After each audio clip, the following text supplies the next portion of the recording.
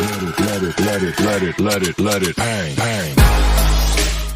Hello guys, जैसा कि आपको पता ही है कि हमने पिछले 2 लेक्चर्स में पांडुलिपि तक पढ़ लिया था और वो पार्ट 2 तक था। आज हम पार्ट 3 की शुरुआत करते हैं इससे आगे पढ़कर, जो कि पांडुलिपियों के बारे में ही और जानकारी दी गई है। पांडुलिपियों के बारे में इतने वर्षों में इनमें से कई पांडुलिपियों को कीड़ों ने खा लिया तथा कुछ नष्ट कर दी गई। फिर भी ऐसी कई पांडुलिपियां आज भी उपलब्ध हैं। इसका मतलब ये है कि इतने वर्षों में बहुत सारी पांडुलिपियां जो थी, जिनमें और जानकारी थी, वो हमारे पास नहीं आ पाई। जो बची कुची रह गई वो ही आज हमारे पास है और कुछ कीड़ों ने खा ली और नष्ट हो गई कुछ। तो प्राय ये पांडुलिपियां मंदिरों और विहारों में प्राप्त होती हैं। इन पुस्तकों में धार्मिक मान्यताओं व व्यवहारों, राजाओं के जीवन, औषधियां तथा विज्ञान आदि सभी प्रकार के विषयों की चर्चा मिलती है। जो आजकल बच गई हैं उनमें से ज्यादातर मंदिरों और विहारों में मिलती है। और उनमें जो हमने पढ़ाई है कि मान्यताओं, व्यवहारों, राजाओं के जीवन, औषधियां तथा विज्ञान आदि सभी प्रकार के विषयों की इनमें चर्चा मिलती है। इनके अतिरिक्त हमारे यहाँ महाकाव्य, कविताएं तथा नाटक भी हैं। इनमें से कई संस्कृत में लिखे हुए मिलते हैं, जबकि अन्य प्राकृत और तमिल में हैं। प्राकृत भाषा का प्रयोग आम लोग करते थे, जैसा कि हमें बताया गया है कि प्राकृत भाषा का प्रयोग आम लोग करते थे। और इनमें से जो कई नाटक और कविताएं हैं हमारे पास, वो संस्कृत में लिखी गई हैं और कुछ प्राकृत और तमिल में भी लिखी गई हैं। ये बताया गया है हमें कि जो कविताएं और नाटक हैं हमारे पास, उनकी भाषाएं का माध्यम क्या है, कि कौन सी भाषाएं हैं। हम अभिलेखों का भी अध्ययन कर सकते हैं। ऐसे लेख पत्थर अथवा धातु जैसी अपेक्षाकृत कठोर सतह पर उत्कीर्ण किए गए मिलते हैं। अब आपका क्वेश्चन ये है कि जो अभिलेख हैं वो कठोर सतह पर उत्कीर्ण किए गए मिलते हैं। ये तो हमने पढ़ लिया, पर इसका कारण क्या है, ये आपने कमेंट सेक्शन में आंसर देना है। एक कि कठोर सतह पर ही क्यों इन्हें उत्कीर्ण करवाया जाता था, यानी लिखवाया जाता था। कभी कभी शासक अथवा अन्य लोग अपने आदेशों को इस तरह उत्कीर्ण करवाते थे ताकि लोग उन्हें देख सके, पढ़ सके तथा उनका पालन कर सके। जो शासक लोग थे यानी राजा थे, वो भी लेखों पर अपने रूल्स यानी कि जो प्रजा को फॉलो करने थे उन्हें उत्कीर्ण करवाया करते थे। तथा जो अगर वो कोई लड़ाई लड़ते हैं तो उसमें जीत जाते हैं, वो अपनी विजयों का लेखा जोखा भी इसमें रखते थे, यानी कि जीत अपनी दर्ज करवाते थे अभिलेखों पर कठोर सतह पर। कठोर सतह पर क्यों, कमेंट में आंसर बताइएगा, ताकि लोग उन्हें देख सके, पढ़ सके तथा उनका पालन कर सके। कुछ अन्य प्रकार के अभिलेख भी मिलते हैं, जिनमें राजाओं तथा रानियों सहित अन्य स्त्री पुरुषों ने भी अपने कार्यों के विवरण उत्कीर्ण करवाए हैं। उदाहरण के लिए प्राय शासक लड़ाइयों में अर्जित विजयों का लेखा जोखा रखा करते थे, जैसा कि मैंने आपको बताया ही है ऊपर। आप देख सकते हैं कि ये कठोर सतह पर उत्कीर्ण करवाया गया है एक अभिलेख है, जैसा हमने ऊपर पढ़ाई है। इसके बारे में जानकारी ये दी गई है कि लगभग 2250 वर्ष पुराना ये अभिलेख वर्तमान अफगानिस्तान के कंधार से प्राप्त हुआ है। कि अफगानिस्तान की कोई कंधार जगह है, वहां से ये प्राप्त हुआ है। यह अभिलेख अशोक नामक शासक के आदेश पर उत्कीर्ण करवाया गया था। इस शासक के विषय में तुम अध्याय में पढ़ोगे, अध्याय 8 में पढ़ोगे। वहां हमें इस शासक के बारे में और जानकारी मिलेगी। जब हम कुछ लिखते हैं तब हम किसी लिपि का प्रयोग करते हैं, ये सामान्य सी बात है। जैसे कि इंग्लिश में रोमन और हिंदी में देवनागरी, पंजाबी में गुरमुखी। लिपियां अक्षरों अथवा संकेतों से बनी होती हैं। जब हम कुछ बोलते अथवा पढ़ते हैं तब हम एक भाषा का प्रयोग करते हैं। ये अभिलेख इस क्षेत्र में प्रयुक्त होने वाली यूनानी तथा अरामेइक नामक 2 भिन्न लिपियों तथा भाषाओं में है। जो हमने ये देखा ना अभिलेख, ये वाला, ये है यूनानी तथा अरामेइक नामक 2 भिन्न लिपियों तथा भाषाओं में है ये अभिलेख। आगे क्वेश्चन हमें पूछा गया है एनसीईआरटी की तरफ से, क्या तुम बता सकते हो कि कठोर सतह पर लेख लिखवाने के क्या लाभ थे? ऐसा करवाने में क्या क्या कठिनाइयां आती थी? आप बताइएगा जरूर इसका आंसर। इसके अतिरिक्त अन्य कई वस्तुएं अतीत में बनी और प्रयोग में लाई जाती थी। ऐसी वस्तुओं का अध्ययन करने वाला व्यक्ति पुरातत्वविद कहलाता है। पुरातत्वविद यानी जो अतीत में बनी या प्रयोग में लाई जाने वाली वस्तुएं थी उनका अध्ययन करने वाला, उनकी स्टडी करने वाला, जिसे हम कह सकते हैं इंग्लिश में आर्कियोलॉजिस्ट।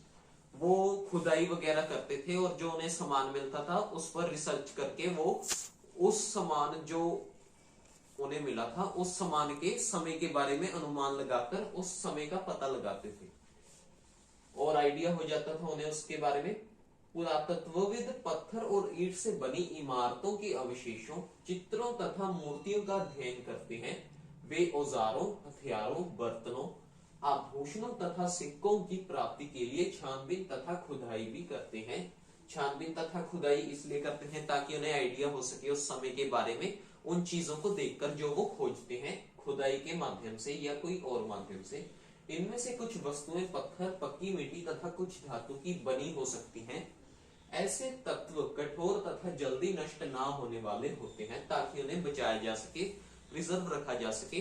जैसा कि आजकल हम म्यूजियम में देखते हैं कि ज्यादातर जो ऐतिहासिक चीजें हैं वो कठोर हैं, और वो इसलिए हैं ताकि वो बहुत समय के लिए बची रह सके और आजकल की जो पीढ़ी है वो उन्हें देखकर अपने इतिहास के बारे में जानकारी प्राप्त करने के लिए उत्साहित हो सके। इससे उनके अंदर एक उत्सुकता पैदा होती है।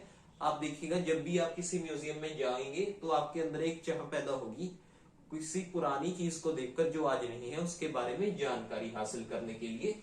इसीलिए इतिहास पढ़ना महत्वपूर्ण है क्योंकि वो हमें जानकारी प्रदान करता है पुरानी चीजों के बारे में और भी बहुत कुछ, वो आप आगे पढ़ेंगे। पुरातत्वविद जानवरों, चिड़ियों तथा मछलियों की हड्डियां भी ढूंढते हैं। इससे उन्हें ये जानने में भी मदद मिलती है कि अतीत में लोग क्या खाते थे। वनस्पतियों के अवशेष बहुत मुश्किल से बच पाते हैं क्योंकि वो होते हैं बायोडिग्रेडेबल, यानी सड़ सकते हैं, जल्दी गल जाते हैं, इसलिए मुश्किल से बच पाते हैं जो वनस्पति के अवशेष थे। यदि अन्न के दाने अथवा लकड़ी के टुकड़े जल जाते हैं तो वो जले हुए रूप में बचे रहते हैं, जिसे हम राख कहते हैं। क्या पुरातत्वविद को बहुधा कपड़ों के अवशेष मिले होंगे? ये भी आप एक क्वेश्चन है, इसका आंसर आप कमेंट में बताइएगा। अब हमें बताया गया है जानकारी देकर, बाएं एक प्राचीन नगर से प्राप्त पात्र देख लेते हैं। यह है वो पात्र और इस तरह के पात्रों का प्रयोग 4700 वर्ष पूर्व होता था। दाएं एक पुराना चांदी का सिक्का, ये भी देखते हैं हम। ये देखिए जैसे कि ये चांदी का सिक्का है, हम इसे देखकर अंदाजा लगा सकते हैं कि आजकल जो सिक्के आते हैं उनकी शेप और इसकी शेप में ही जमीन आसमान का फर्क है, जो कि हम यह क्वेश्चन का आंसर देने में बता सकते हैं कि पुराने समूह के सिक्कों और आजकल के सिक्कों में बेसिक डिफरेंस क्या है, तो वो है शेप का, जो हमें देखते साथ ही पता चल जाता है। इस तरह के सिक्कों का प्रयोग लगभग 2500 वर्ष पूर्व होता था। हमारे द्वारा आज प्रयोग में आने वाले सिक्कों से ये कैसे भिन्न है, ये सिक्का कैसे भिन्न है? एक तो मैंने आपको डिफरेंस बताया ही है। अगर आपके पास और भी कोई डिफरेंस है आप सोच सकते हैं तो आप 2 कमेंट में जरूर बताइएगा कि कैसे भिन्न है आजकल के सिक्कों से ये जो हमने ऊपर देखा। पांडुलिपियों, अभिलेखों तथा पुरातत्व से ज्ञात जानकारियों के लिए इतिहासकार प्राय स्रोत शब्द का प्रयोग करते हैं। इतिहासकार उन्हें कहते हैं जो अतीत का अध्ययन करते हैं, अतीत की स्टडी करते हैं, जो इतिहासकार होते हैं उन्हें इतिहासकार कहते हैं। और वो किसी भी, जैसे कि कह सकते हैं, चीज को स्रोत शब्द से डिनोट करते हैं, स्रोत शब्द का उपयोग करते हैं किसी भी चीज को ज्ञात जानकारी के लिए, वो स्रोत शब्द को उपयोग में लाते हैं। स्रोत के प्राप्त होते ही अतीत के बारे में पढ़ना बहुत रोचक हो जाता है, क्योंकि इन स्रोतों की सहायता से हम धीरे धीरे अतीत का पुनर्निर्माण करते जाते हैं। अतः इतिहासकार तथा पुरातत्वविद उन जासूसों की तरह हैं जो इन सभी स्रोतों का प्रयोग सुराग के रूप में कर अतीत को जानने का प्रयास करते हैं। यानी कि स्रोत से हम इतिहास के बारे में और रोचकता से पढ़ सकते हैं। और इतिहासकार जो होते हैं वो इन्हीं स्रोतों पर जासूसों की तरह फोकस करते हैं तथा सुराग के रूप में इनका उपयोग कर अतीत को जानने का प्रयास करते हैं, जिससे हिस्ट्री पढ़ना इंटरेस्टिंग हो जाता है। उस समय के बारे में जानने के लिए। अतीत एक या अनेक। क्या तुमने इस पुस्तक के शीर्षक हमारे अतीत पर ध्यान दिया है? यहाँ अतीत शब्द का प्रयोग बहुवचन के रूप में किया गया है। हमारा नहीं, हमारे अतीत बहुवचन के रूप में किया गया है। ऐसा इस तथ्य की ओर ध्यान दिलाने के लिए किया गया है कि अलग अलग समूह के लोगों के लिए इस अतीत के अलग अलग मायने थे। उदाहरण के लिए पशुपालकों अथवा कृषकों का जीवन राजाओं तथा रानियों के जीवन से तथा व्यापारियों का जीवन शिल्पकारों के जीवन से बहुत भिन्न था। ये हमारे टाइटल में यानी शीर्षक में अतीत का उपयोग बहुवचन में इसलिए किया गया है क्योंकि जैसा कि हमने यहाँ पढ़ी है कि हर एक आदमी के लिए या हर एक मनुष्य के लिए उस समय अतीत के अलग अलग मायने थे, जैसे कि राजाओं तथा रानियों, पशुपालकों, कृषकों, शिल्पकारों, इन सब का, व्यापारियों का जीवन भिन्न भिन्न था। राजाओं तथा रानियों हमने ऊपर पढ़े है कि वो अपने आदेश या फिर लेखा जोखा जो विजयों का था वो भी लेखों पर उत्कीर्ण करवाते थे, इसलिए हमें उनके बारे में ज्यादा जानकारी प्राप्त है। तथा जो हम कह सकते हैं कृषकों तथा पशुपालकों, वो अपने इतना लेखा जोखा नहीं रखवाते थे, इसलिए हमें उनके बारे में इतनी जानकारी नहीं है। अभिलेखों में इतना लेखा जोखा नहीं रखवाते थे। इसलिए आगे बढ़ते हैं। जैसा कि हम आज भी देखते हैं, उस समय भी देश के अलग अलग हिस्सों में लोग अलग अलग व्यवहारों और रीति रिवाजों का पालन करते थे, जैसा कि आज भी लगभग है ही। हर एक स्टेट में अलग अलग रीति रिवाज तथा धर्म है, वो उन्हें फॉलो करते हैं। खाना पीना अलग है हर एक स्टेट का। उस समय भी ऐसा अलग अलग व्यवहारों और रीति रिवाजों का पालन करते थे लोग। उदाहरण के लिए आज अंडमान द्वीप के अधिकांश लोग अपना भोजन मछलियां पकड़कर, शिकार करके तथा फल फूल के संग्रह द्वारा प्राप्त करते हैं। इसके विपरीत शहरों में रहने वाले लोग खाद्य आपूर्ति के लिए अन्य व्यक्तियों पर निर्भर करते हैं। इस तरह के भेद अतीत में भी विद्यमान थे। जैसा कि मैंने आज पनीर लाना है और अगर मैं शहर में रहता हूं तो मैं ऑब्वियसली डेयरी पर ही जाऊंगा, डेयरी पर मुझे डेयरी प्रोडक्ट्स मिल सकते हैं। इसके अतिरिक्त एक अन्य तरह का भेद है, उस समय शासक अपनी विजयों का लेखा जोखा रखते थे, जैसा कि मैंने आपको बताया ही था पहले। यही कारण है कि हम उन शासकों तथा उनके द्वारा लड़ी जाने वाली लड़ाइयों के बारे में काफी कुछ जानते हैं, क्योंकि वो लेखा जोखा रखते थे ना अपना। जबकि शिकारी, मछुआरे, संग्राहक, कृषक अथवा पशुपालक जैसे आम आदमी प्राय अपने कार्यों का लेखा जोखा इतना नहीं रखते थे, इसलिए हमें उनके बारे में इतनी जानकारी नहीं है राजाओं तथा रानियों के जीवन के कंपैरेटिवली। पुरातत्व की सहायता से हम उनके जीवन को जानने में हमें उनके जीवन को जानने में मदद मिलती है। हालांकि अभी भी इनके बारे में बहुत कुछ जानना शेष है, जो हम आगे पढ़ेंगे। अगला टॉपिक है तिथियों का मतलब। अगर कोई तुमसे तिथि के विषय में पूछे तो तुम शायद उस दिन की तारीख, माह, वर्ष जैसे कि 2000 या इसी वर्ष का कोई और वर्ष बताओगे। जैसे कि आज 2024 चल रहा है, 2024, और इसमें भी 2000 इंक्लूड है ही। वर्ष की यह गणना ईसाई धर्म प्रवर्तक ईसा मसीह के जन्म की तिथि से की जाती है। अतः 2000 वर्ष कहने का तात्पर्य ईसा मसीह के जन्म से 2000 वर्ष के बाद से है। ईसा मसीह के जन्म के पूर्व की सभी तिथियां ईसा पूर्व, ईसा से पहले के रूप में जानी जाती हैं, जैसा कि पता ही है आपको। इस पुस्तक में हम 2000 को अपना आरंभिक बिंदु मानते हुए वर्तमान से पूर्व की तिथियां का उल्लेख करेंगे। आगे बढ़ते हैं। इतिहास और तिथियां। अंग्रेजी में बीसी, हिंदी में ईसा पूर्व का तात्पर्य बिफोर क्राइस्ट, बीसी यानी बिफोर क्राइस्ट, ईसा पूर्व से होता है। यानी कि ईसा पूर्व मतलब ईसा मसीह के जन्म से पहले की बातें, उन्हें अंग्रेजी में बीसी से डिनोट करते हैं। कभी कभी तुम तिथियों से पहले एडी, हिंदी में ई लिखा पाते हो। यह एनो डोमिनी नामक दो लैटिन शब्दों से बना है तथा इसका तात्पर्य ईसा मसीह के जन्म के वर्ष से है, कि तब से है, जब से ईसा मसीह का जन्म हुआ है उस वर्ष से है। इसका मतलब एडी। एडी का मतलब कभी कभी एडी की जगह सीई, यानी कि एक ही बात है एडी और सीई, तथा बीसी की जगह बीसीई, और बीसी और बीसीई भी एक ही बात है, का प्रयोग होता है।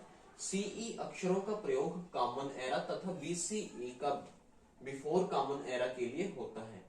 हम इन शब्दों का प्रयोग इसलिए करते हैं क्योंकि विश्व के अधिकांश देशों में अब इस कैलेंडर का प्रयोग सामान्य हो गया है।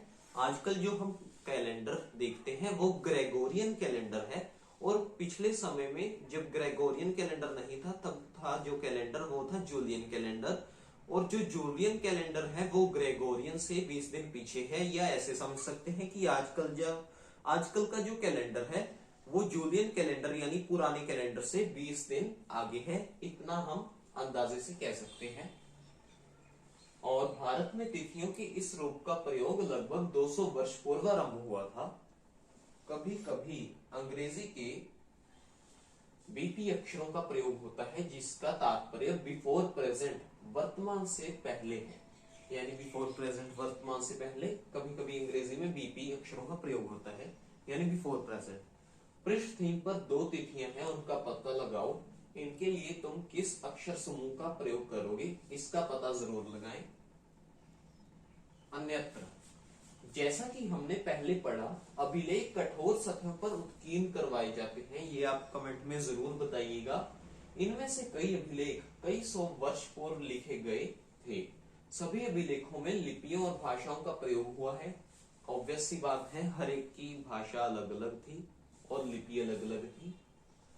समय के साथ साथ अभिलेखों में प्रयुक्त भाषाओं तथा लिपियों में बहुत बदलाव आ चुका है। जैसा कि हम देखेंगे, आज जो हम बोलते हैं हिंदी वो शुद्ध हिंदी नहीं है।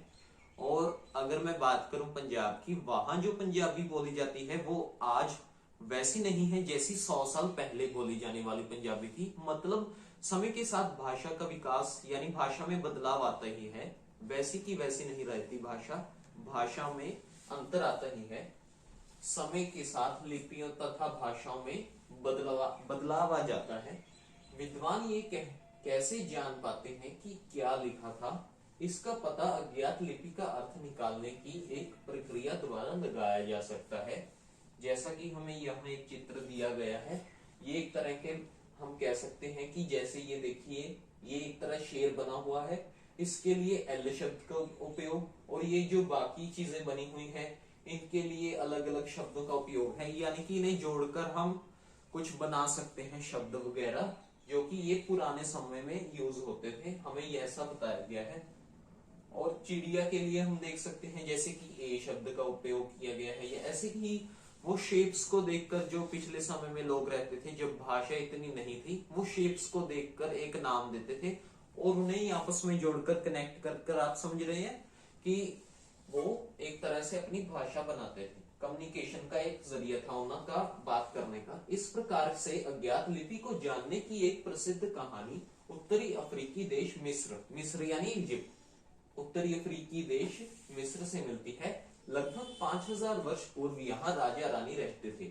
मिस्र के उत्तरी तट पर रोसेता नाम का एक कस्बा है। यहाँ से एक ऐसा उत्कीर्णित पत्थर मिला है जिस पर एक ही लेख 3 भिन्न भिन्न भाषाओं तथा लिपियों यूनानी तथा मिस्री लिपि के 2 प्रकारों में है। जैसा कि हमें यहाँ बताया गया है कि यूनानी तथा मिस्री लिपि के 2 प्रकारों में लेख लिखवाए गए थे। ये इसलिए था कि जिसे यूनानी समझ आती थी वो यूनानी में लेख समझ सकता था, और जिसे मिस्री लिपि यानी इजिप्शियन समझ आती थी वो उसमें लेख पढ़ सकता था।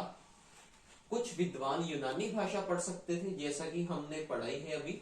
उन्होंने बताया कि यहाँ राजाओं तथा रानियों के नाम एक छोटे से फ्रेम में दिखाए गए हैं।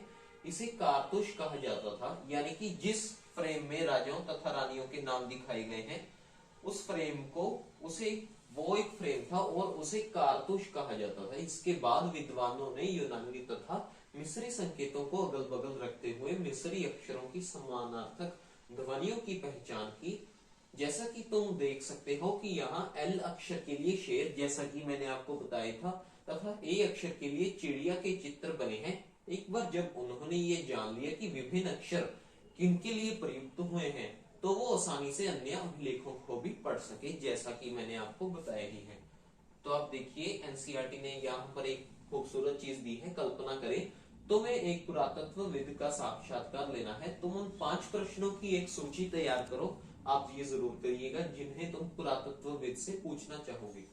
और यहाँ पर हमारा चैप्टर पूरा हो गया है। हमें दिए गए हैं कुछ उपयोगी शब्द: यात्रा, पांडुलिपि, अभिलेख, पुरातत्व, इतिहास का स्रोत, अज्ञात, लिपि का अर्थ निकालना। ये शब्द याद रखने बहुत जरूरी है, क्योंकि अगर हम कई बार एक शब्द ही पढ़ लें, उसे पढ़कर ही हम पूरी बैक स्टोरी में पहुंच जाते हैं। कुछ महत्वपूर्ण तिथियां: कृषि का आरंभ 8000 वर्ष पूर्व। इसका आंसर आप बताइएगा। पहले लेक्चर में मैंने आपको बताया था सिंधु सभ्यता के प्रथम नगर 4700 वर्ष पूर्व। गंगा घाटी के नगर मगध का बड़ा राज्य 2500 वर्ष पूर्व। वर्तमान लगभग 2000 वर्ष पूर्व। और इसका आंसर बताइएगा। और ये बुक वर्क है जो आपने करना है, आओ याद करें। इसी के साथ हमारा ये चैप्टर 1 पूरा होता है फ्रेंड्स। और मुझे उम्मीद है कि आपको ये लेक्चर पसंद आया होगा।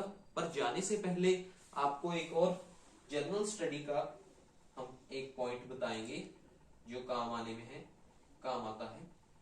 इसमें ये लिखा गया है कि भारत कश्मीर से कन्याकुमारी तक 2933 किलोमीटर तथा 1822 माइल्स लंबाई तक फैला हुआ है। भारत कश्मीर से पूरे नॉर्थ से साउथ तक, कन्याकुमारी तक जो एंड पॉइंट है साउथ का वो कन्याकुमारी है भारत में, और नॉर्थ है जो स्टार्टिंग पॉइंट वो कश्मीर से है। वहां से पूरी लंबाई भारत की 2933 किलोमीटर तथा 1822 माइल्स है। तो मुझे उम्मीद है कि आपको ये लेक्चर पसंद आया होगा। इसे लाइक करें, शेयर करें, हमारा चैनल विकसार नॉलेज सब्सक्राइब करें ऐसी और वीडियोस से अपडेटेड रहने के साथ तथा नॉलेज गेन करने के लिए। तब तक के लिए thank you guys, keep supporting, thanks a lot.